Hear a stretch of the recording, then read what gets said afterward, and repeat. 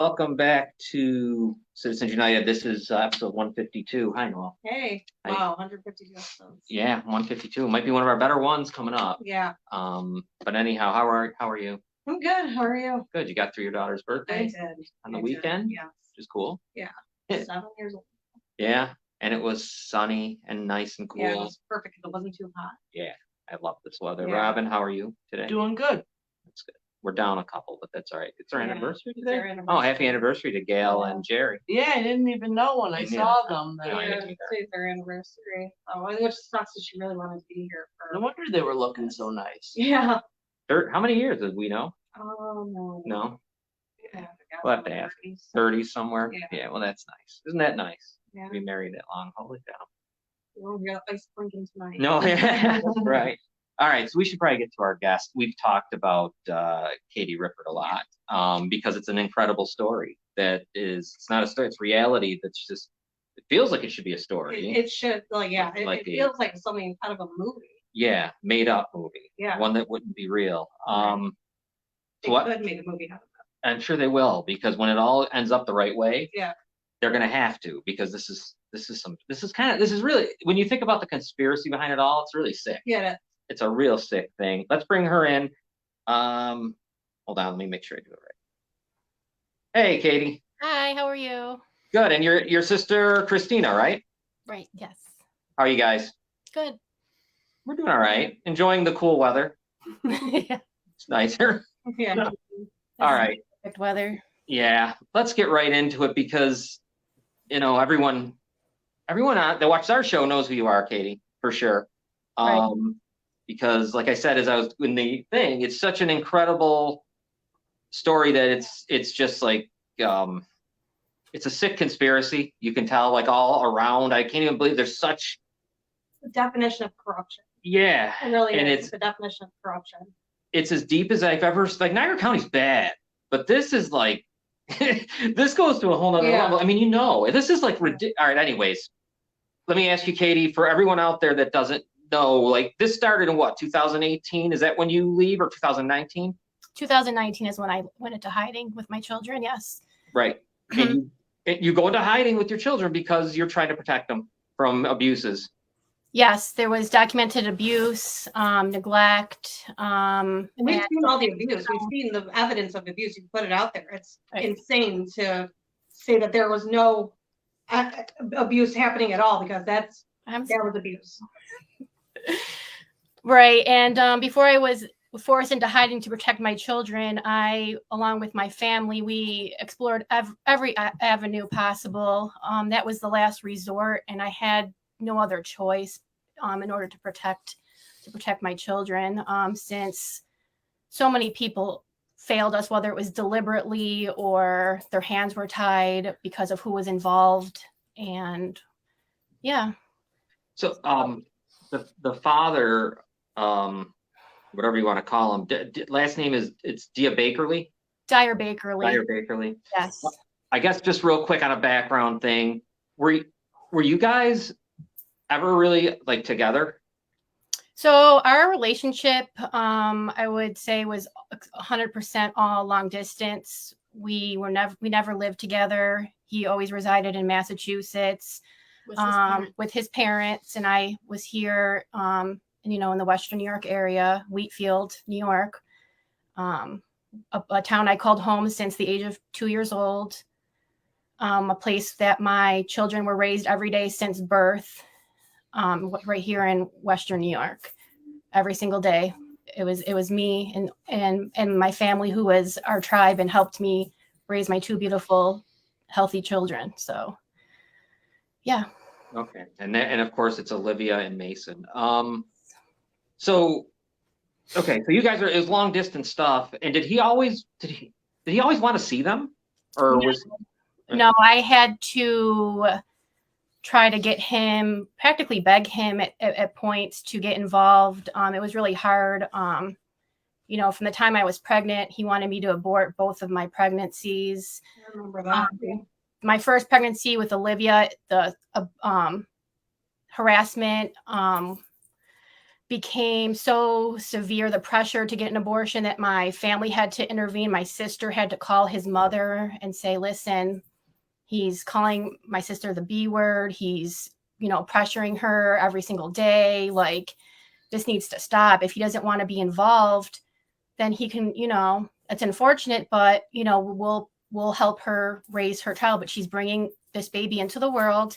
We love this baby. We're going to raise this baby. This baby is wanted by us. So, you know, and then with Mason, the same thing. I think there was text messages that you've probably seen where he said that we have one child. That's it. He was having suicidal ideation, kind of threatening me that he was going to, you know, end his life if I move forward with having Mason and whatnot. So during with Olivia, I practically had to beg him to come here. I tried getting his family involved. His mother would tell me, you know, he has a life here. He doesn't want that. He doesn't want to be a father, that kind of thing. And stuff like that. And it really had an effect on Olivia. I mean, in terms of when he would come here, he would, you know, try to act as, you know, this person who was authoritarian, father figure. And she didn't understand it, because here he comes for like literally a weekend, if that. And it was really hard on her. But yeah. And then with Mason, there was no involvement during my pregnancy, really.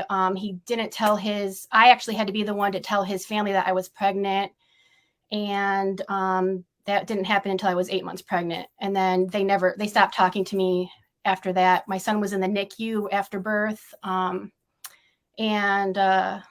they just stopped talking to me, didn't ask how my son was or anything like that. And then Mason was born in 2017, September, and November 15th on my birthday, I walked to the mailbox, and in the mailbox were the papers that said, we're going to go to court for, I want custody of the children, because I left the relationship around the time my son was born because of an altercation at the hospital when Mason was born. And that I knew that this was it. I knew that I didn't want to subject a second child to everything that my oldest had already endured.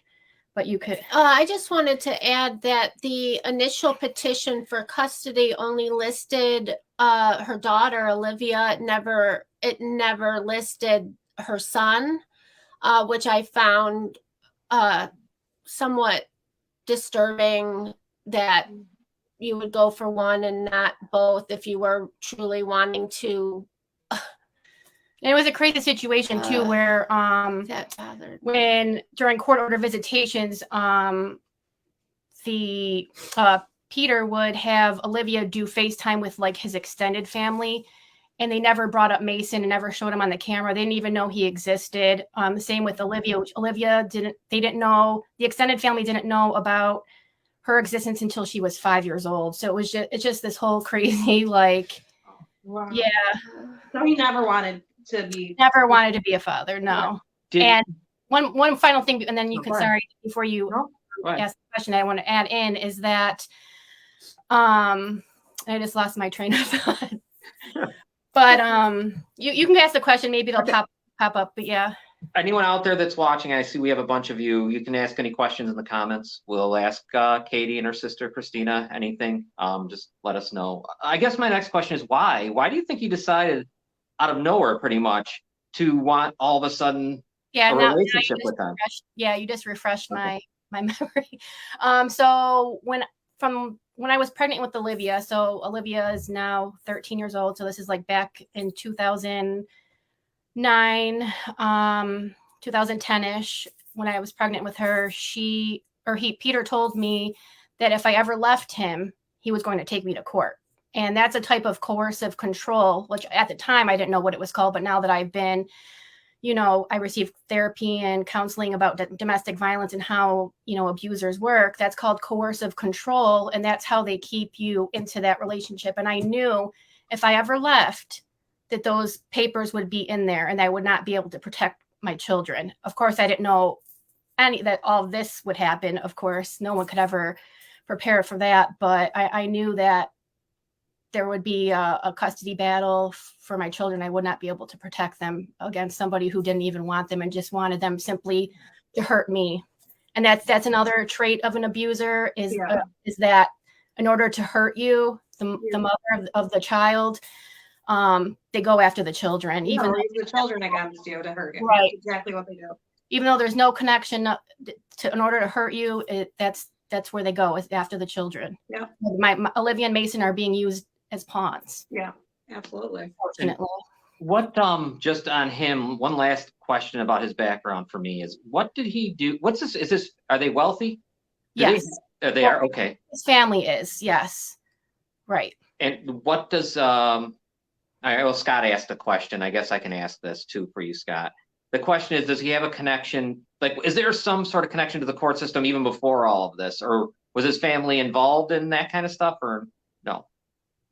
And with the courts? Yeah, like lawyers or anything? Oh, yeah. Yes. His father or his uncle, right? Would it be his uncle? Do you remember the name? I do not. I don't know the name offhand, but his uncle is a top lawyer in the Boston area, and I believe that he was one that uncovered the Catholic Church scandal over there. So he's a very high profile attorney. Yeah. And I would assume he probably, I don't know, I'm just making assumptions. No, I'm the sure. attorneys know each other and they all have connections. And I also assume that he would, oh God, I'm just going through my own experience. I'm assuming he'd step in and say what you need to do. I don't know. It just feels so strange. Because here you have this person who's from Massachusetts and you wonder, how would this person know all of these people to go to do all these things? You know what I mean? From a hired private investigator to, having law enforcement wrapped around his finger to, everyone protecting him and whatnot. So, yeah. So, all right. So then you leave in 2018? 2019. 19. And what was it? Like what was the final straw that you said, we gotta go? So Judge Aaron DeLabio had court-ordered visitations. During those visitations, my children were being abused, neglected. Well, I do want to say that because he had such limited time with the children, she did order the visitations to be supervised initially. Right. There was a supervisor involved who claimed to be a social worker, but in investigating her background, we found out that she was not licensed as a social worker. We even questioned her education as far as a master's degree. We have not been able to verify that. She was not listed on the roster. We believe that she's someone that this group or syndicate uses for cases like Katie's, where they want to, sway the case a certain way. Right. Because the moment that we met her, my children, I had my mother with me, and I met her, we knew that something was severely wrong. Like the way she treated us, the way her demeanor and everything. Then she had notes that looked like a child wrote them, and they were extremely biased. And to be honest, I have actual licensed therapists who to this day contact me after reading her notes and say that there's no way that that's not what a social worker would ever do and how they would conduct themselves. Right. And then to further, go into everything with the social worker, it turned out that, and I didn't realize this until after all was said and done with her, but there was a conflict of interest because her niece was a student where I worked, and I had to report her for indecent exposure incident. So at the Gauss school Right. where she had met Peter, the father of her children. So how she was able to be in that position on this case with that as a past incident is unbelievable. And this is somebody who Judge DeLabio said that Peter, a documented abuser, chose out of good faith. So she let him and his attorney arrange who was going to be around my children, and she wasn't even licensed. Like the attorney for children, Peter's attorney, and the court, all Judge DeLabio, all referred to her as either certified or a LCSW, which is a licensed clinical social worker. And then when I was in hiding, my family had discovered through FOIL requests that she wasn't licensed at all through the New York State Office of Profession. Yeah. So back to your question of why I had to leave when I did. So the supervisor, obviously she was there when a lot of the abuse happened. And by abuse, I mean, they were coming home with bruises, welts. My son was being left in soiled diapers that caused severe diaper rashes to the point where he needed medication to clear it up because it was so severe. And the nurse who treated him, called into CPS and reported it as, that my children were at risk for neglect. So, a lot of abuse was going on while she was there. Private investigators were going to the meetups for exchange and in pickup trucks, in police parking lots, making their presence known, parking right in front of Katie. So I was actually during these visitations, which they were happening in public. They weren't at a center, which I had asked for. My attorney, when I had one, asked for. DeLabio refused to have it at a center. Her and you could, I'm sure that anyone can look back in transcript. She flat out said that they did not exist. I do remember. Well, she said when I said something about why can't these be done in centers where there's actually a licensed therapist, there's cameras, they can evaluate, the interaction between Peter and the children. And she was like, what supervision center? As if they don't exist in New York. But I'll just get these dogs to be quiet for a minute. yeah, so in terms of the private investigator that my sister was telling you about, so Peter and his family hired a private investigative firm, Peter Vito and Associates. I'm going to come out with the name because that's who did it. And they were engaging private investigators were engaging in high-speed chases, chasing my car, weaving in and out of lanes. Wow. What do you call it when someone's close to your car, like they're on your bumper, like tailgating? Tailgating. Yep. Sorry, my PTSD brain. But so tailgating, running red lights. I had to call my brother, and I'm like, I think someone's like following me. This is because I'm like panicking on the phone. He came from our home in Wheatfield all the way to the Cheektowaga area, confirmed that we were being, like, my son was in the car, I was in the car, and my mother was in the car, that we were being chased.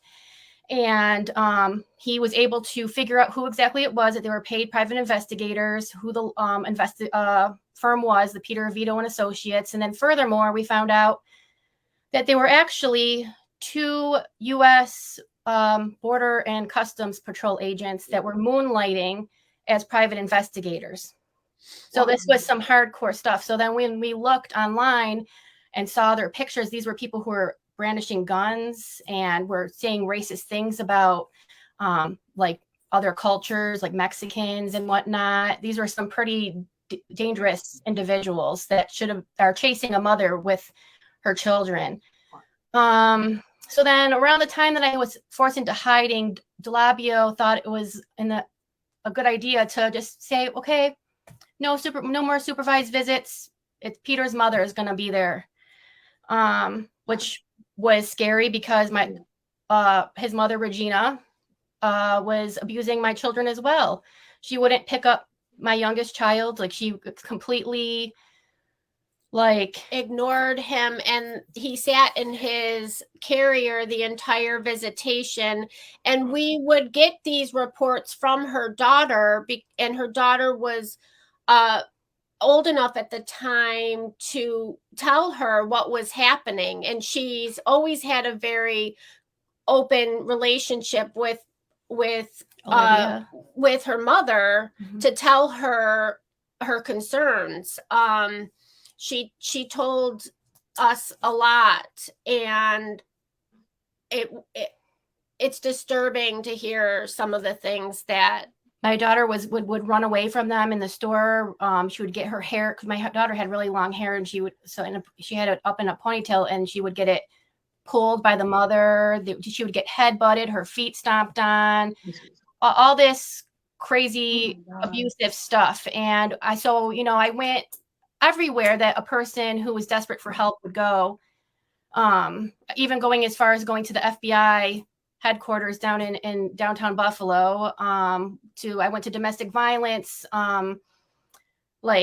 agencies. I went to police departments. I went to the Niagara County District Attorney's Office. And, it's crazy that the Niagara County District Attorney's Office is deciding to, prosecute me on these fake criminal charges when I'm the one who went there twice for help prior to me leaving. And the assistant district attorney, who no longer actually works there, her name is Lisa Berry, and she went through all my evidence and stuff, and she agreed this man is a monster. But then when it came time to pursuing charges for everything he's done, here I am coming in here with evidence of him with abuse of me and the children, and she's saying, well, if this does go to court, the jury is going to consist of a bunch of old white men farmers who know nothing about domestic violence. And at that time, I didn't have the voice I do now. Sure. I didn't know how to advocate for myself. I was in a very vulnerable position where I had just gotten out of domestic violence situation. I'm actively in one still, post-separation abuse. And so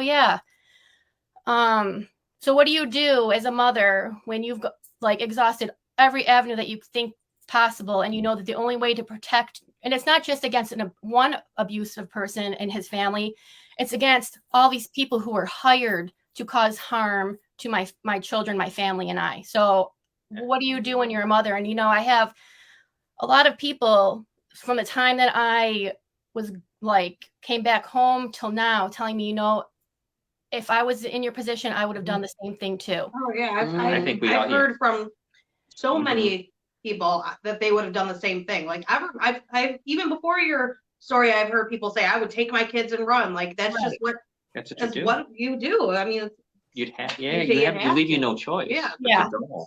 So you go. I think anyone. Go ahead, Robin. Anyone that passes judgment for doing that, as opposed to passing judgment for not doing that, has got their things wrong and probably shouldn't have kids. Well, somebody who I don't who had a lot to say was Sheriff Felicetti. He is garbage. I don't understand how he's even a sheriff. But the things that he was saying was just disgusting. You don't say that stuff, especially as a sheriff. You were not supposed to. I guess I won't play it. I'm not gonna. I had it. I won't bother with him. In terms of Sheriff Felicetti, and I have not watched the whole what was it? What would you call that? Press conference that he did. I've seen bits and pieces. I haven't watched the whole thing. I don't really have any interest in watching the whole thing because it's a bunch of lies.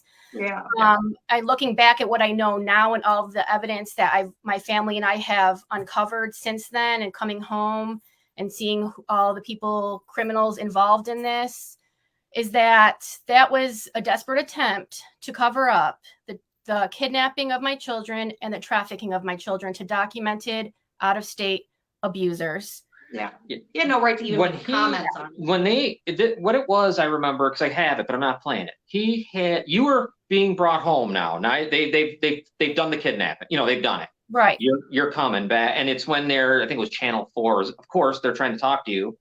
And you're saying what you're saying. You know, I'm gonna reveal the corruption. I'm gonna do all that. Right. And then he comes on, like he must have been on like a Zoom call, and it was just really ridiculous. I never. Usually they'll say, you know what they always say. That's what he said. It was baseless.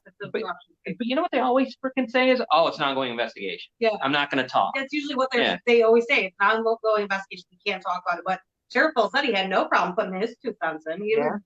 And that shows and to make those comments and say what he did was so disgusting. Mm-hmm. So I think too, I was troubled by them saying that the FBI assisted in the investigation when we have had no law enforcement ever contact anyone in our family, including the FBI, regarding her situation. We've had no one call us. We've had no one come and show us any actual opening of an investigation. Nothing that officially says, yes, we have an investigation open. So everyone out there, we're with Katie Riford and her sister Christina, and don't forget right now, there's 2 little ones, Olivia and Mason. Now you haven't been able to talk to them for what? How long? In a couple of days, on the 2nd, it'll be 17 months since I have seen or spoken to my children. I don't know if they're alive. I don't know what their condition is like. I don't know anything. You know, a crazy thing is the children's AFC, and I do the air quotes because he was supposed to be an attorney who represented my children. Oh, I know. Caffarello, the name. Yeah. I see everyone in this area seems to know him. He has his hands dipped in a lot of different everything in the sun except for being an AFC for my children. And he was chosen deliberately, handpicked by Aaron DeLabio for this case. So he represented basically Peter in his best interest. So his job, an actual AFC's job, is to, reach out to the children he's representing, get their wishes, kind of inform the court of how they're doing. He not once did he ever put the child's wishes now on the record. Never once did he update the court about. So I have nothing. I don't know anything. I haven't spoken to that man, even though he's been at the court appearances and has gone into private conference rooms with Peter and his attorney while just walking past me with, snares on his face at me. He hasn't spoken to me in probably since 2018, probably, I want to say. So we're looking at 5 years, and he has not reached out to me. He has not asked about like how my children were thriving while we were in hiding. He hasn't asked anything because his job was to go in there, sway the case, and help facilitate the kidnapping and trafficking of my children for money.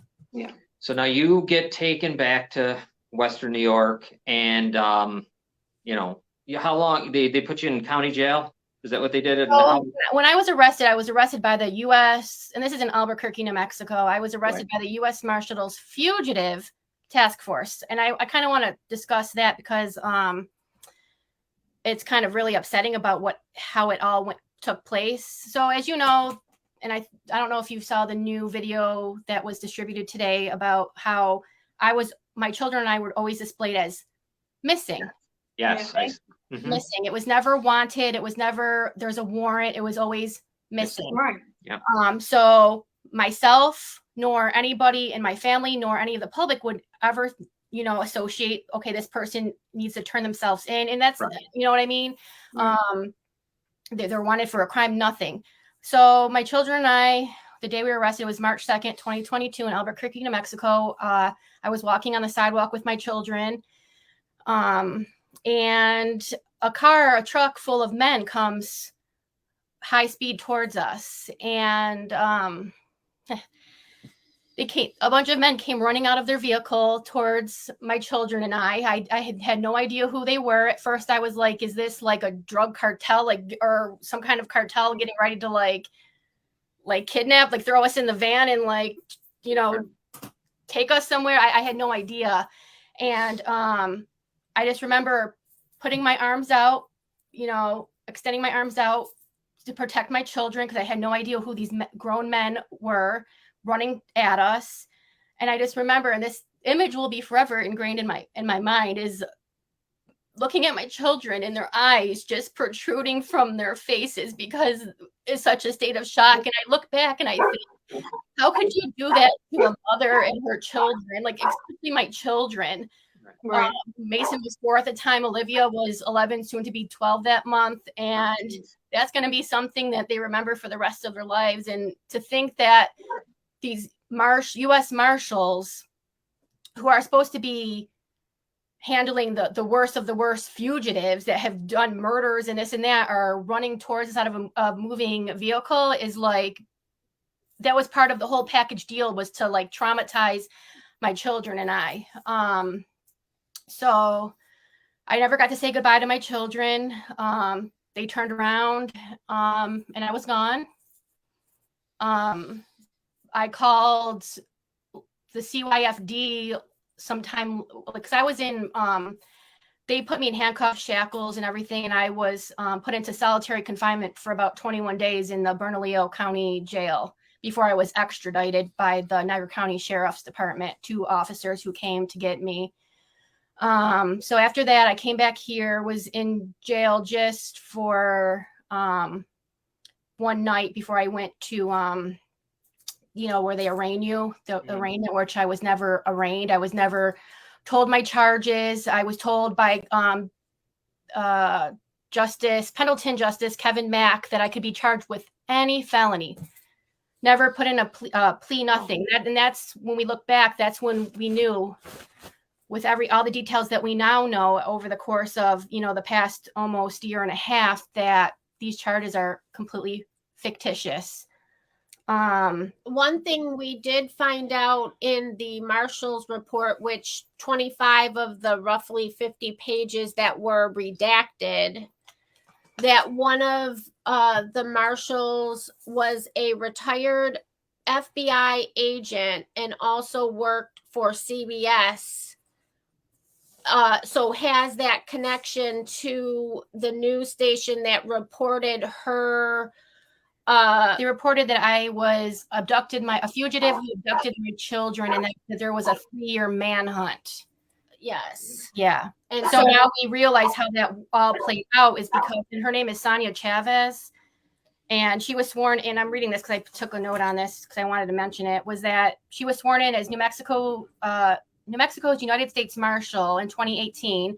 She spent 22 years as a special agent with the FBI. And then prior to the FBI, she was a news anchor for CBS and NBC. And the news station that reported me as the fugitive who abducted my children, and there was a 3-year manhunt, it was KRQE 13 in Albuquerque, and that's run by CBS.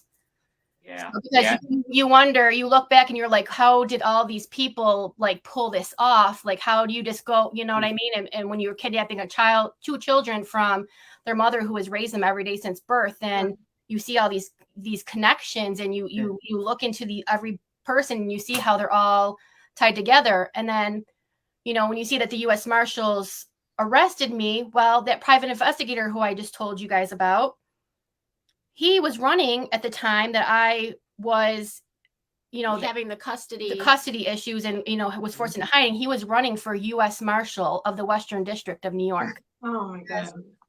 It's like, so, I mean, I can't even.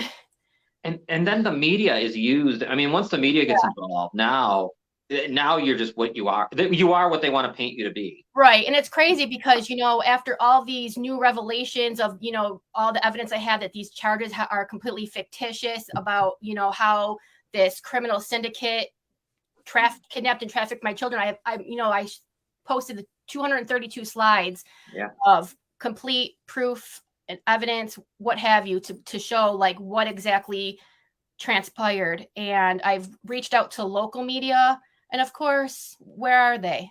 Right. You know what I mean? They won't touch. Just to touch on the weaponization of the media, they knew her court dates before we did. Right. They were at the airport when we didn't even know she was going to be home from New Mexico. How were they privy to this information before her own family? So that goes to show you the collusion and this whole made up nightmare. You want to know a good thing though? Is I've seen when this first, before I even knew of you, Katie, when this first came out, the first thing I thought was there's something not right with this story. There's more to it. Right. And I swear to God, so many other people, more people than not, all said the same thing. Right. There's more to this story. Something's not right. There's something like they were all, like they knew something wasn't right with the story. Like there's more to it. She was innocent. I completely agree with you. And I think this was supposed to be a quick steamroll of my sister. They weren't planning on her family backing her and me being front and center at that courthouse, watching every single thing transpire, me telling her to buy every single transcript. Me even, and I'll say it, if people want to come to my house, even recording some things to say, this is exactly what's going on here. What are we going to do about this? Yeah. So yes. You end up, because like you're here, and now there's never really the charge that they said on the news was custodial interference.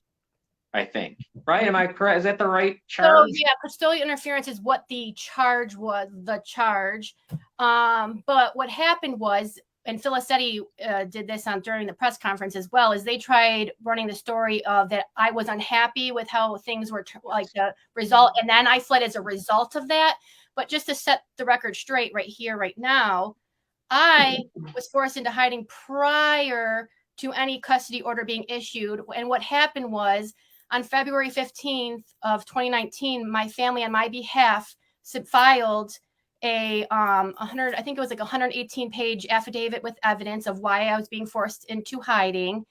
And as a result of that 100-page affidavit, out of retaliation, Judge Erin DeLabio then illegally, because there was no notice of hearing, there was not even a hearing held, she signed her name on a court order and said custody was changed, which you cannot do that without putting parties on notice. I have yet to this day to be served with that 2019 illegal custody order. So therefore, when I was in hiding, I had custody of my children. There was no custody order in place. The children have always lived with me. I'm an unwed mother, so you know what I mean? Like there was no history of my children ever living with Peter. At any point in time, to me, when I went into hiding with my children, it was no different than any other day of me raising my children, just not in the Western New York area. So that I just want to be clear. I had custody when I was in hiding. They didn't serve me with anything. If they knew that I was in hiding, then they had the responsibility to serve me in a conspicuous manner. And for those of you who aren't familiar with the term conspicuous manner, that means that it would have to be advertised in a public place, like a newspaper, online, somewhere that they could say, well, you know, we advertised that the custody was changed. Nothing. And like I said, there was no notice of hearing anything. She just did it after the 118-page affidavit of me being forced into hiding was served to the court. So then, and then after this, because you're back here now. They never really had, like, there's no trial. We've had nothing, right? There's no criminal stuff. Yeah. So here's the thing with that is, my case has been bounced from court to court to court to court. So I think I'm on my fourth venue change, which is what they're doing in order to kind of, when something doesn't work out how they think they're going to work out, they'll switch it automatically to another court. Yeah, we couldn't even get our court case moved. So, right. So just throwing yours around all these different counties like it's right. So originally it was supposed to be in the town of Wheatfield. Okay. Imagine though that luxury to be able to venue shop, judge shop. Right. I can't even imagine I can't. We couldn't get our case that was, the Nick D'Angelo case. We couldn't even get it switched out of Niagara County at all. And that we have legit reason. So for them to just be switching, they do what they want. I mean, that's ridiculous. They tried to say that they can switch next. Think about it too, is after the Filicetti news press conference, what opportunity would I have to have a fair trial after that, after he told everyone? And that's exactly what I was saying, that in case there ever was a trial, he should have never, that was so wrong for him to say that type of stuff. He could have tainted a jury and everything. Like, he should never have said any of that stuff. That was so unprofessional. and disturbing what he said. And Right. he needs to make an So not apology. only that, but in the felony complaint, when they brought me home on a felony, they basically in the report, in the felony complaint, which is basically like a description of your charges and everything like that, like why they believe you did that. Right.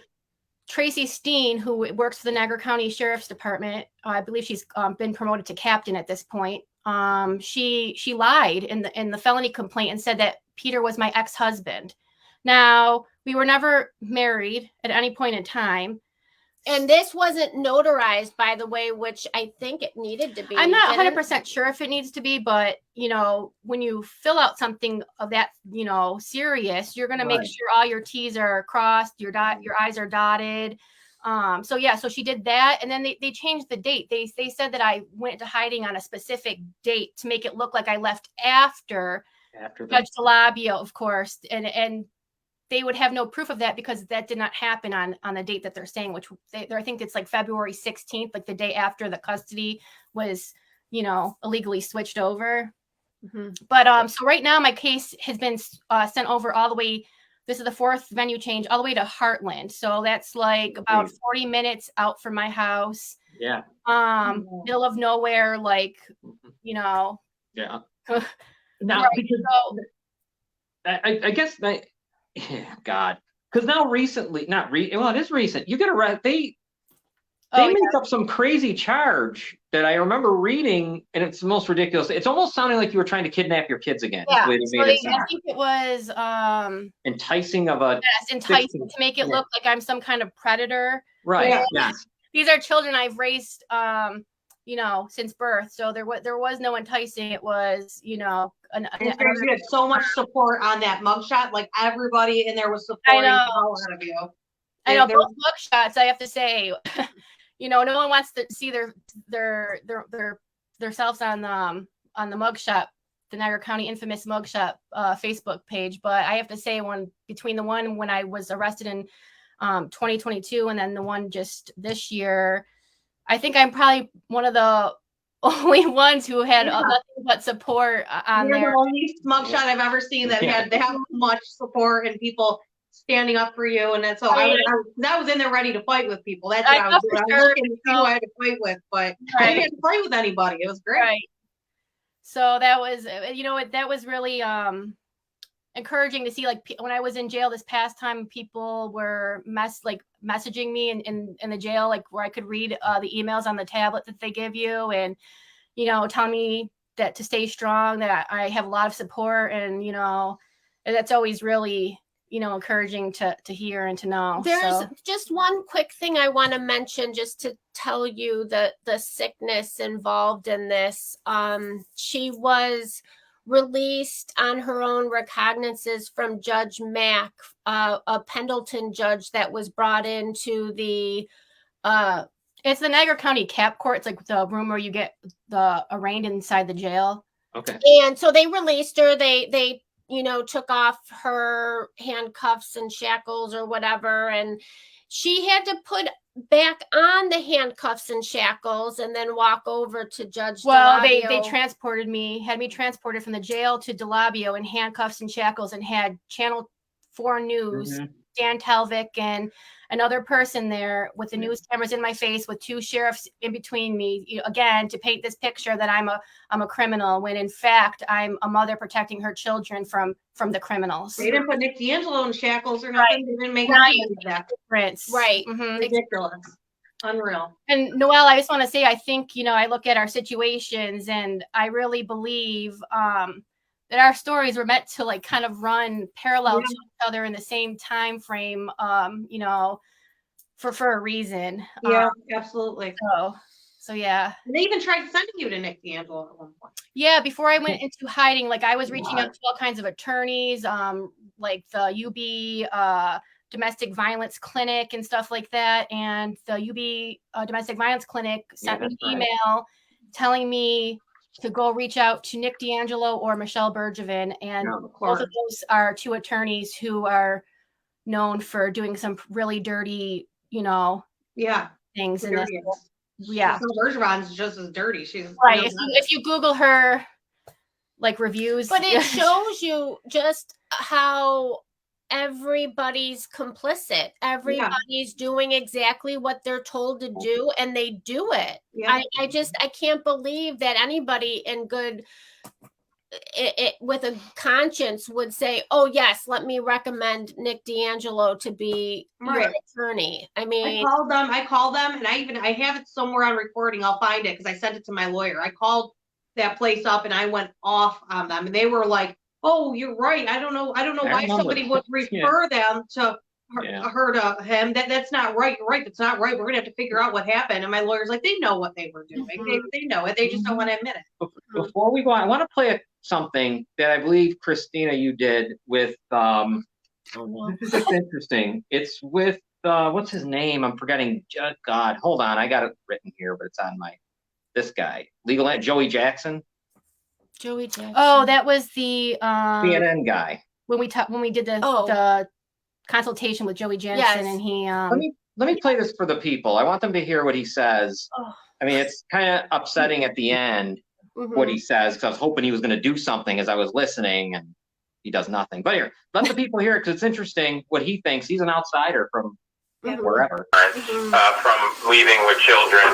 And obviously your circumstances are different, but what the government likes to do is, they like to really paint broad brushes and say that, we want every parent never to do this. Meanwhile, there are some like you who had substantial reasons as to why you did it. You weren't looking to harm anybody. You were looking to protect yourself and your children, from him and from just the nature of the system that was operating against you. I think that your sister has been demeaned, raked over the coals, mistreated, unfairly handled, maliciously prosecuted, etc. This is a situation where I think if you cracked this nut open and showed America what's happening in family court, it would benefit a lot of people to know that the corruption is all over with CPS and with family court in general. And so I kind of feel like, I don't know, this is something that someone with courage and conviction who really wants to see truth out there will want to take a case and say, yeah, let's show this, let's get this out there. But I don't know if... So I do agree with exactly everything that you're saying. What you need is a local affiliate who has boots on the ground, who can give you some intel with respect to the judges, the process, the system. I think that you have a heck of a case. A case. And that conversation actually took place right when I had returned back home, and a lot more has been uncovered, obviously, from that time to where we are now. And yeah.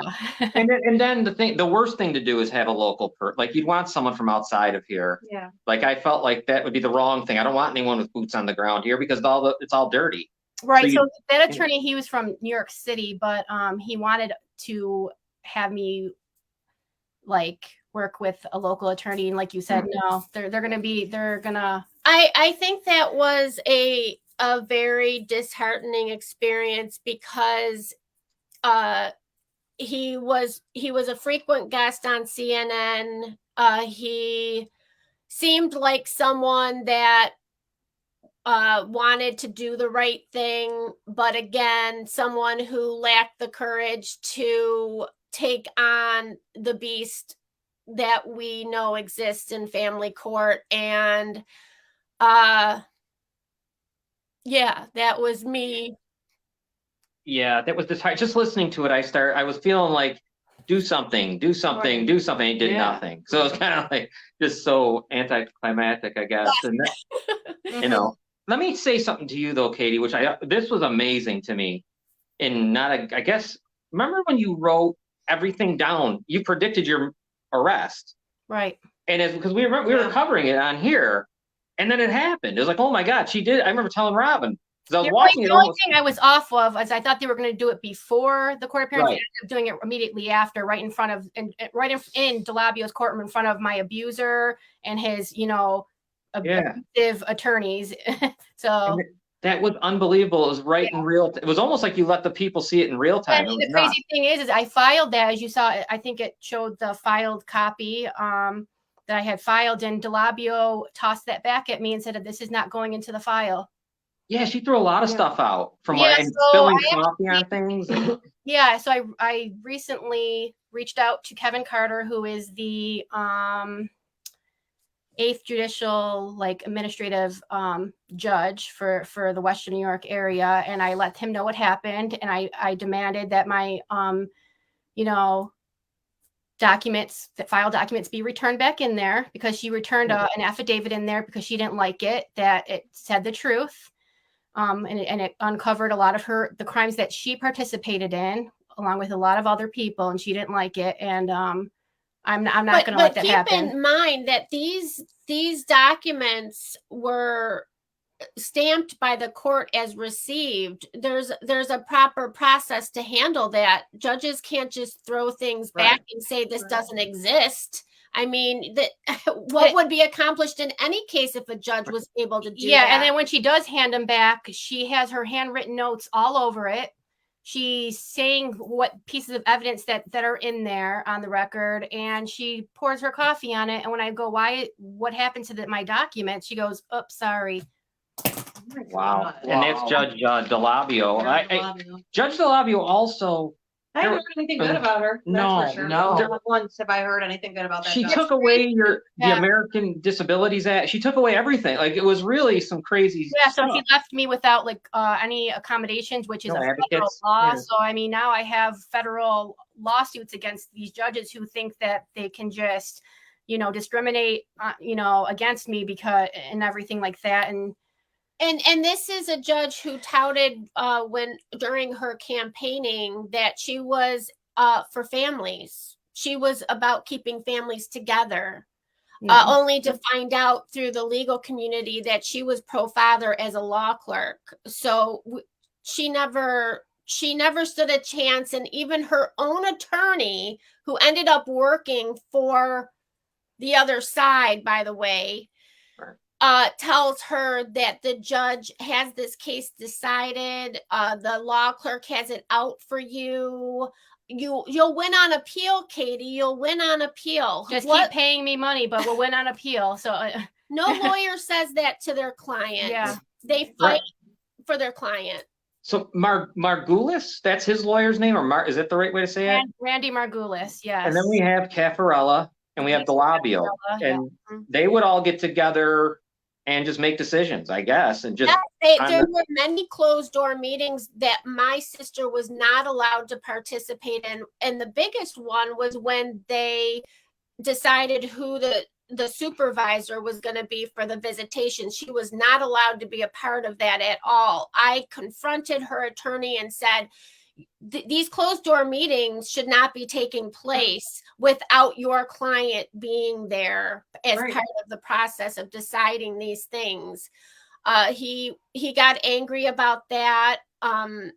He actually submitted a brief including my email to him, letting him know that we filed a complaint with the judicial committee to report this judge, and he revealed that to the judge without her permission to do so. So that's her own attorney of attorney-client privilege. Yes.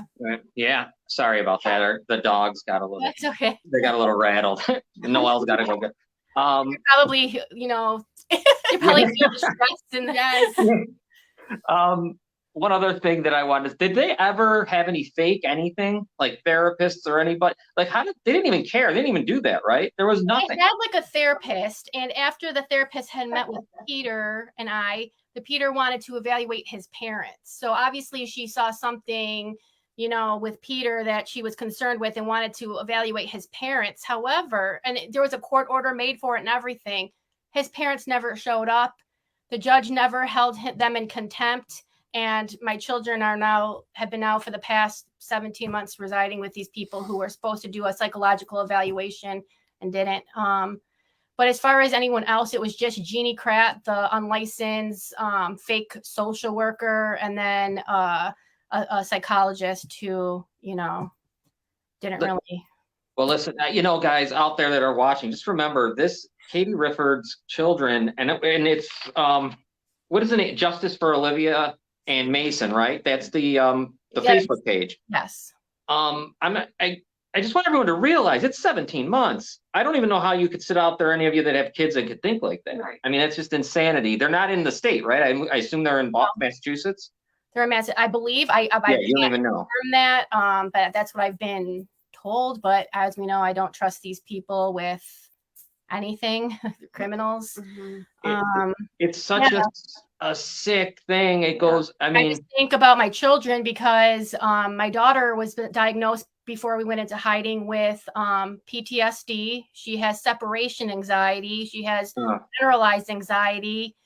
And for Mason, he was always, shy, very, mama's boy. Like I was his whole world. And I just think about them because they're the ones who are going to have a long road ahead of them. And when they do come home, because they will, I'm not stopping until they do. I'm going to be fully committed to making sure that, I'm able to hopefully get them into a place where they can just, heal. And I keep telling my sister that her situation is going to help other mothers. I just know it. It's going to make changes across the board. I just feel it in my heart that God is watching and he knows, and something will be done. And if this can happen to her, it can happen to anybody for any reason. And anything you guys need help with, you let us know and we will help you with whatever you need help with. Thank you. I really appreciate that. And you guys have been, Noelle, I know with your situation with, holding Nick D'Angelo accountable for the horrendous things that he's done. That was really a big motivator for me. That kind of helped get my voice too, because I'm like, well, there's Noelle and she can go on this podcast every week and she's fighting. You know what, though, too? The thing what's different is that it didn't involve my children. Now, see, if it involved my children, I'd probably be afraid to speak out. I probably, you know what I mean? And there's a lot of victims of Nick's that have children that still are afraid to speak out. When it comes to, when they involve your children, it's a whole different ballgame. So you have it, your case is 10 times worse than mine. And your case needs a lot of attention and a lot of people helping you, because just know for me personally, my family and I were put on this path for a reason. We were chosen for this by God. He knew that we would be the ones who could get to the finish line and expose all the people who have done this, because there's a very dangerous, child trafficking syndicate that's going on. And, I want people out there to know that you think of child trafficking, you think of like a third world country, you think of, getting snatched off the street. No, this is happening in our courtrooms. These are people who zip up their black robes and sit down on the bench. These are people who put on their, suits and ties and look professional. These are people who put badges on as law enforcement. These are, you know what I mean? And for my children, for Olivia and Mason, for all children, I'm fully committed until all children, all mothers, all women are safe from this. Because, it does happen to men too. It's more common in women, obviously. So I'm pro healthy, parent, you know what I mean? So whoever that may be. So. Yeah, we are with you. You know that. Whenever you want to use this platform, you got it. Even if you don't want me on it, I could just set it up so you could talk and we could send. Because like this show here, we're going to put it on Twitter for sure. And then I'm going to send it to all the news agents. I do it all the time. They don't like to ever respond. I know they see it, but they don't respond. But we just keep sending it. If you ever need anything, like we could help in any way, video, audio, do all that kind of stuff. But oh my God, I just hope that there's a merciful, that God could be merciful here, because we really need this to end. Everyone think about what you're looking at here in Katie.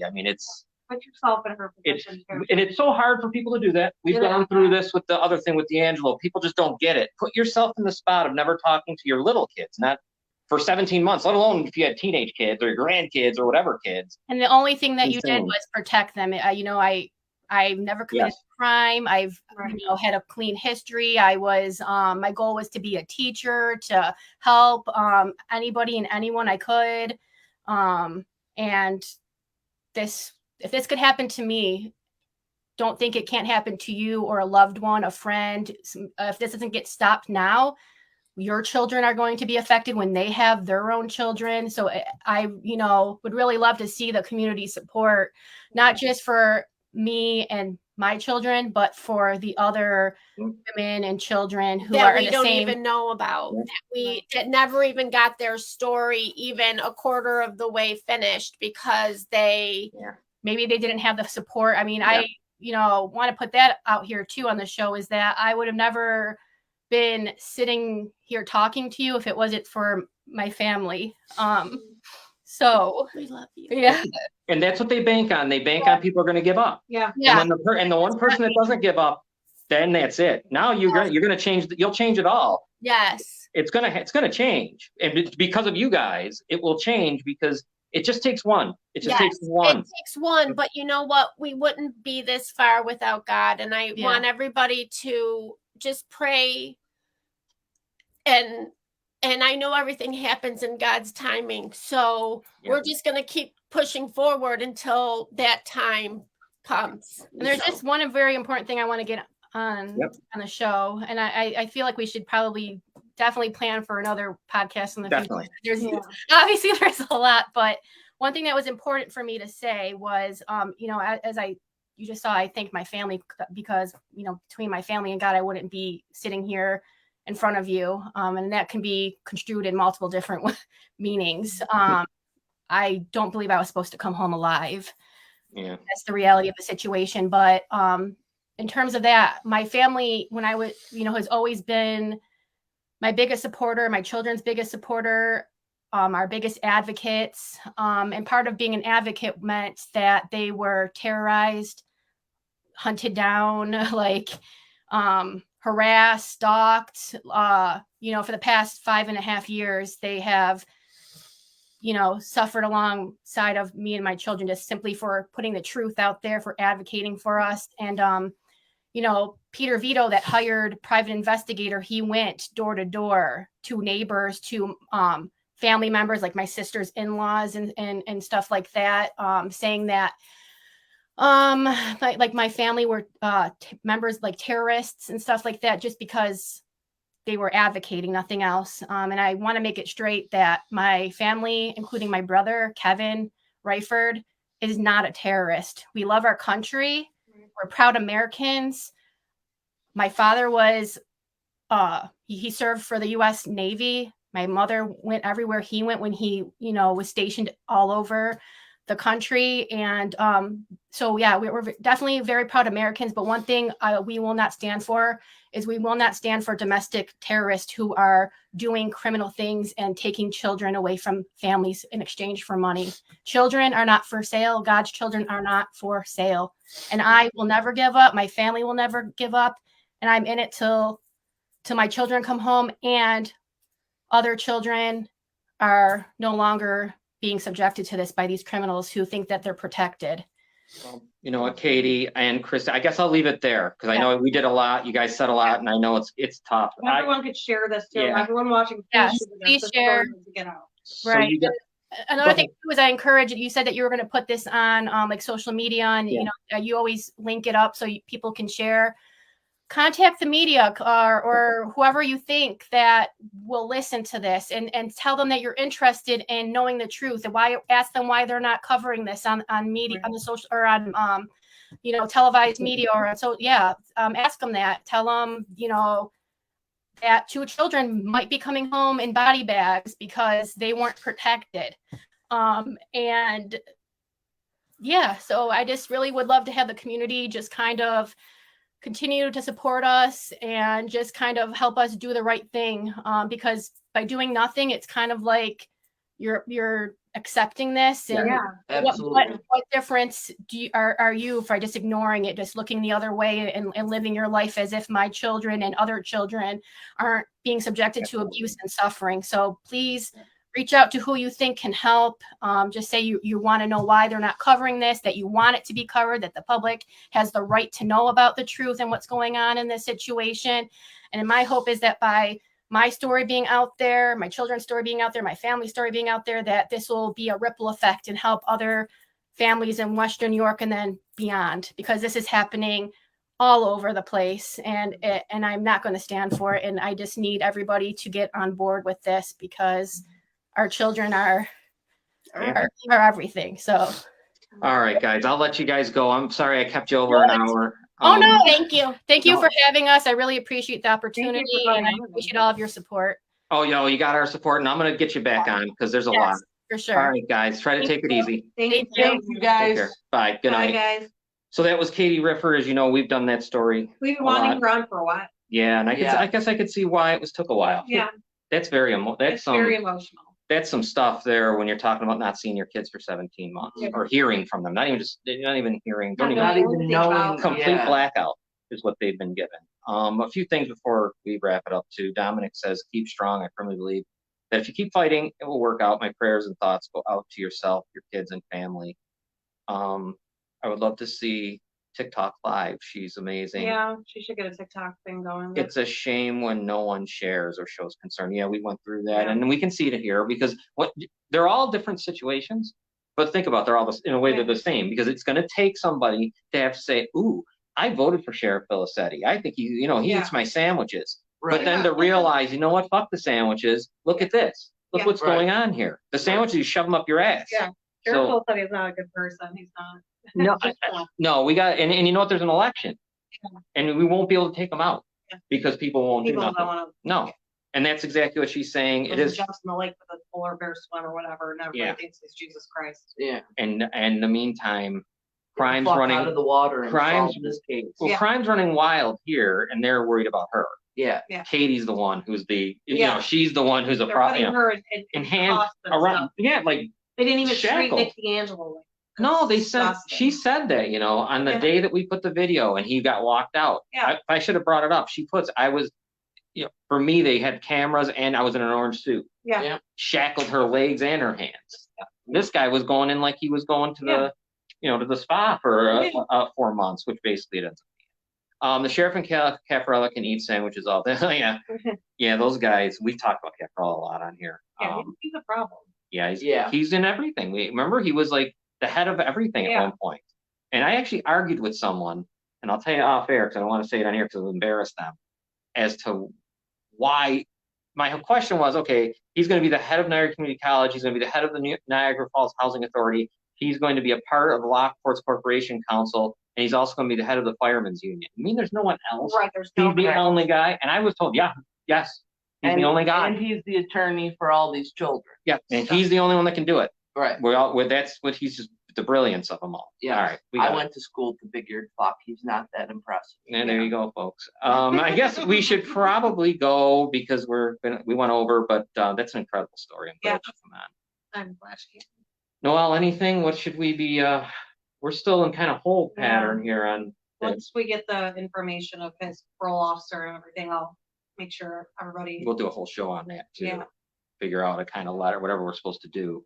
Don't forget Katie Riford though. It's if you want to go on Facebook to Justice for Olivia and Mason, she has a Facebook page specifically for them, and it'll share all the details of all this going on, give you all the information. She even posts the abuse, shows the abuse by Peter. How do you say his last name? D.R. Bakerly. I mean, she shows everything. It's insane. So go check. When you talk to her, this, like I say, one thing, because we're the only podcast or anything that will do anything. Yeah. We're in. And that includes, I'm not even talking screw podcasts. I mean, like, channel 2, 4, and 7, none of them. And when you see what the media did, I saw that telecast too, she's talking about from Albuquerque, where they talk about her. It's crazy how they can turn the narrative. Mm-hmm. And now they made her out to be like she was going to be some kind of like wild, like, crazy person. Yeah. And then she starts to talk. And the minute she started to talk, when she came here and they put the mic in, you knew she was in. yeah, you knew. you could just tell because she was too clear and the stuff she was saying was, She was. and that's when Philisetti jumps on. Yeah. Then on that very interview, he comes in. Yep. To start yapping. All right. Next week we'll be back. We're gonna go. We didn't do our commercials, but that's fine. Yeah, they're everywhere. It's nice outside. It's supposed to be a nice week, though, at least temperature wise. Yeah. It's like a good week coming up. Robin, do you have anything before we go? I'm good. You're good. Everyone share this, please. Yes. Share Yeah, this. share it. We're gonna put it on all the social media. So, all right, guys, we'll see you next week. Take care. Bye.